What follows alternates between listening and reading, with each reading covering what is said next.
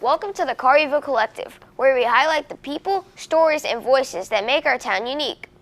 From local leaders to everyday change makers, we're bringing you conversations that matter to the Collierville community. I'm Brian, joined by Ian and Preston, and today's episode is one you won't want to miss.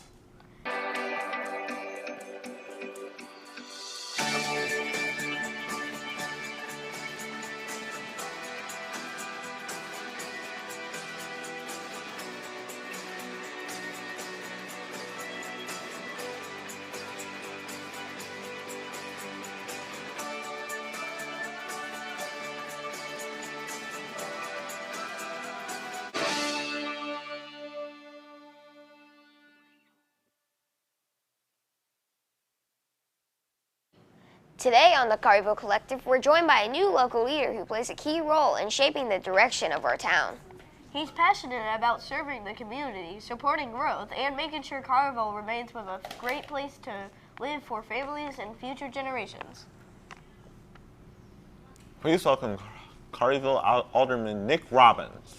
Thank you. Thank you for having me, you guys. It's an honor to be here today. We're going to have some questions for you today. Ooh, I'm excited about some questions. Hopefully nothing too hard, right? Yeah, it's not Okay, it's not too All hard. right. What inspired you to run for public office and serve as a Collierville alderman? It's a great question.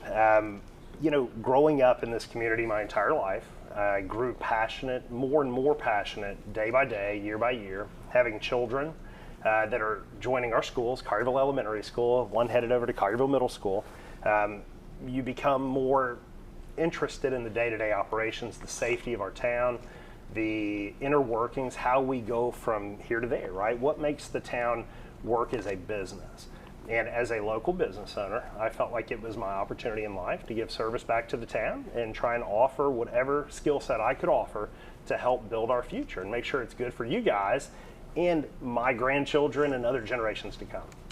That's a great answer. What are your main responsibilities as an alderman? It's another good question. So I spend most of my week in different aspects with the town. So from fielding email questions from concerned citizens, attending work sessions where we may be discussing the next big topic that we're going to be working through with our town. We go to a lot of ribbon cuttings. This week we were at the MLG&W's new substation at Highway 72 and 385. Next week we'll go into board meetings throughout the week. Next Monday I'll have a board meeting with the rest of our board members where we will vote on critical elements of our taxes. How do we fund things for the city? Do we put more money into the fire department, the police department, all of these critical things. And so really day by day, week by week, you kind of find out every other week what it's going to look like for the next week. And then sometimes you get a phone call to see if you can swing by a high school and do an interview. And you try and make it work because you love the kids and you love the town. Yeah. How do you balance public service with your personal and professional life? It's a great question, and my wife might have a different answer than I do. I generally wake up in the morning and I look at my calendar for the day and try and anticipate the things that are going to be the high priorities, the medium priorities, and the low priorities from a business perspective, a life perspective, and a town perspective. It's important that I create a balance of how to address each of these different issues without letting anything else sacrifice. And so I really look at a priority list daily. I work hard with my calendar and scheduling, time blocking to make sure that I leave enough time in the day for whatever random things come up. What is one project or initiative that you've worked on that you're especially proud of? That's a great one too. So I'm really looking forward to the project that we have not decided to fund yet, but I know we're going to spend more time talking about it. There is an old theater at the old high school, one of our town buildings, that is really having some trouble out there and fallen into a state of disrepair. It's an old, over 100-year-old building, and it needs some love and TLC. And one of my projects I want to work on is trying to make sure that we're able to bring the resources to that and work with the city, the state, the government to try and get some grants in place to help us to be able to restore it back to its original condition. How do you stay connected to the needs and concerns of the Collierville community? You know, it's a simple way of just being out and about and available to people, being willing at the grocery store to stop, engage, answer questions, respond to the emails I receive, and generally just make yourself available. People will talk to you if you are there and welcome and happy to listen, which I always am happy to listen. So I think it's really just being available in the public eye. What are some of the biggest challenges facing Collierville as it continues to grow? Our school system growth, anticipated growth. We know that our town's going to continue to get bigger and bigger, and we need to determine how we want to shape that vision. So we need to determine, much like a child who's looking at their long-term life ahead of them and trying to decide, well, am I going to go to college? Am I going to try and live in this part of the world when I grow up? We're looking at that, but we're just doing it inside the town limits. We're looking at Collierville, Tennessee, and saying, who does Collierville want to be when it grows up again? And so we try and manage the growth against our tax dollars and make sure that we have the resources to remain safe, to give the best education available, to keep our fire department well funded, and to be certain that when we get where we're headed, we have the resources we need and not have one thing ahead of the other. How do you approach balancing economic growth with preserving Collierville's small town charm?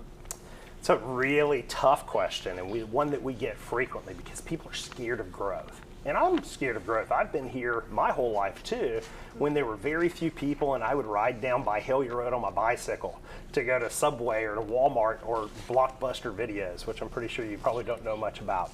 And so preserving that small town charm is a part of my soul. I know what I grew up with, and I know that there's a feeling. It's more of a feel to me than it is something that you can walk outside and see.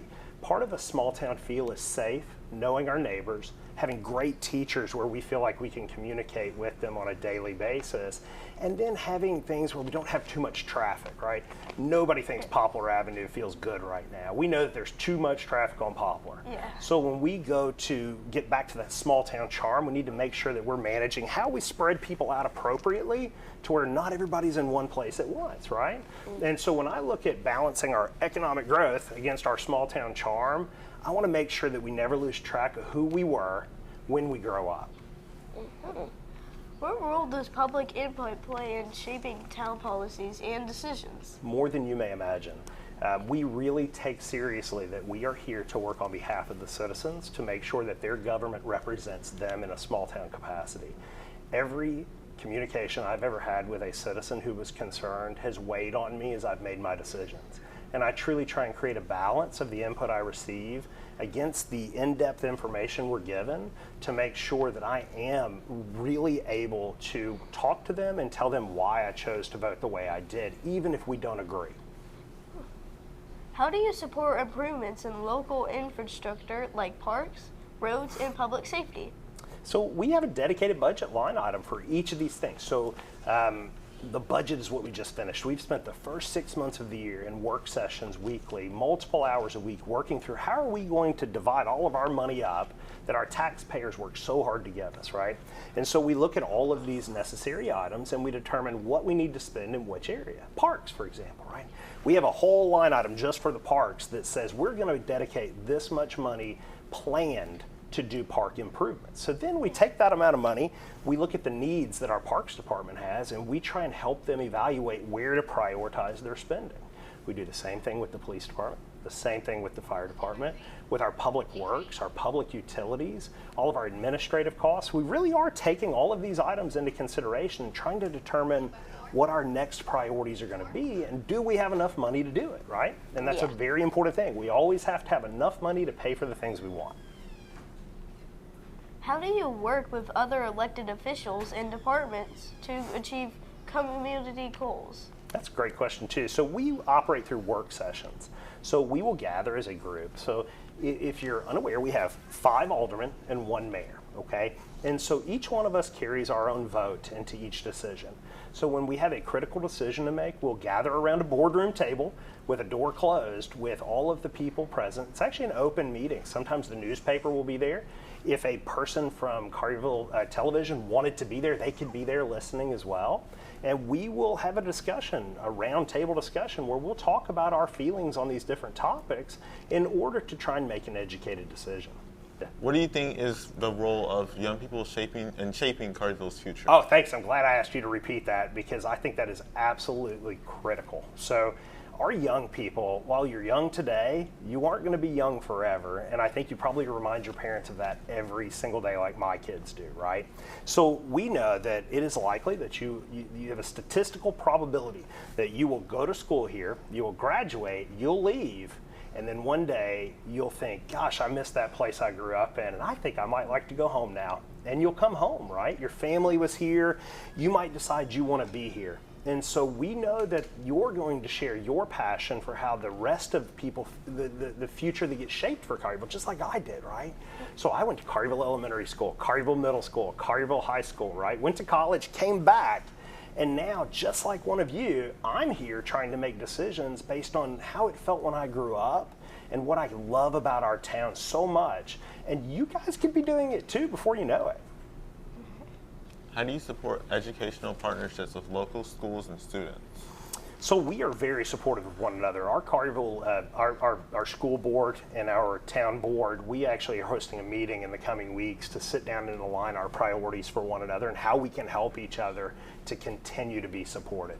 We want to operate as a team. We understand the critical role the schools play, and we know that the schools understand the critical role we play. It's very important that we all understand our goals and we're working together to achieve them. So yeah, we really do work hand in hand with our school board and trying to make sure we're all aligned on those priorities. What advice do you have for students interested in government, law, or politics? Whoa, government, law, or politics. Don't go into politics, right? Nobody, it's not a good word these days. But I think that's the best part of small town government is that it doesn't feel like politics. The things they do in Washington, we're not doing here in Collierville, Tennessee. We are working on behalf of our citizens that we really know. And so I never think of small town government as politics. So if you wanted to ask that question, sorry, I got lost on the question. If you don't mind repeating, sorry, one more time. What advice do you have for students interested in government, law, or politics? Yep. So I think continue to go to school, study as much as you can, right? So getting into politics is something that is very service oriented in government as well. So giving back to your community at an early age will tell you how you feel about spending a lot of hours doing a lot of work to try and make a difference, right? So nobody is running in this type of capacity because they're interested in money. That is not the point. We're all doing it because we care so much that we want to try and shape the future. And so my advice would be get involved as quickly as you can. Volunteer as many hours as you can. Help somebody who needs something in whatever capacity you can right now. If that's picking up trash around the neighborhood or volunteering anywhere here, I know you guys get volunteer opportunities, just get involved. And if you find that your heart desires more of that, I think that you would find that government and politics would be a great place for you. What are your hopes for Collierville in the next 10 to 15 years? I have so many different hopes. That's how much time do I get to answer this one, right? So I think that I hope that over the next 10 to 15 years, we're able to alleviate some of our traffic issues. My goal would be to see that we have the best roadways in all of Tennessee and America if I had my way. We are in the top 2% of crime nationwide, which is a massive achievement. And I say, let's get to 1% as soon as possible. We want to be the safest place possible.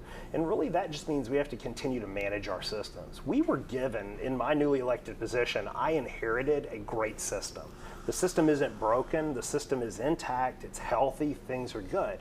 We're the gatekeepers for the future. We are here to make sure that we don't forget that when we're here making our decisions. And so that's where I feel like we just have to continue to focus. What messages would you like to share with the students and the families of Collierville? First off, to the students, thank you for having me. The school system's near and dear to my heart, so I appreciate the opportunity to support you guys every day, any day. You can call anytime, and if I can make it by to support you guys, I will. For the families, keep supporting your police and your fire department. They are the ones who are doing a lot of work on our behalf that we just don't simply see every day. So we want to support those folks as much as we possibly can. Go out and go shopping. Come to the Collierville Concert Series on the Square tonight at 6 o'clock. These are the places where the families come together. Let's all meet each other in the town square, have fun together as a community, and enjoy this beautiful town we have created. And so that would be my message, is continue to love each other, continue to support each other, give back wherever you can. Thank you for joining us today, Mr. Robbins. Thank you. I appreciate you guys inviting me. That's a wrap for this episode of the Collierville Collective. We hope you enjoyed getting to know more about our community. Big thanks to our guests for sharing their time, insight, and dedication to Collierville. Until next time, stay connected, stay curious, and keep celebrating the people who make Collierville home.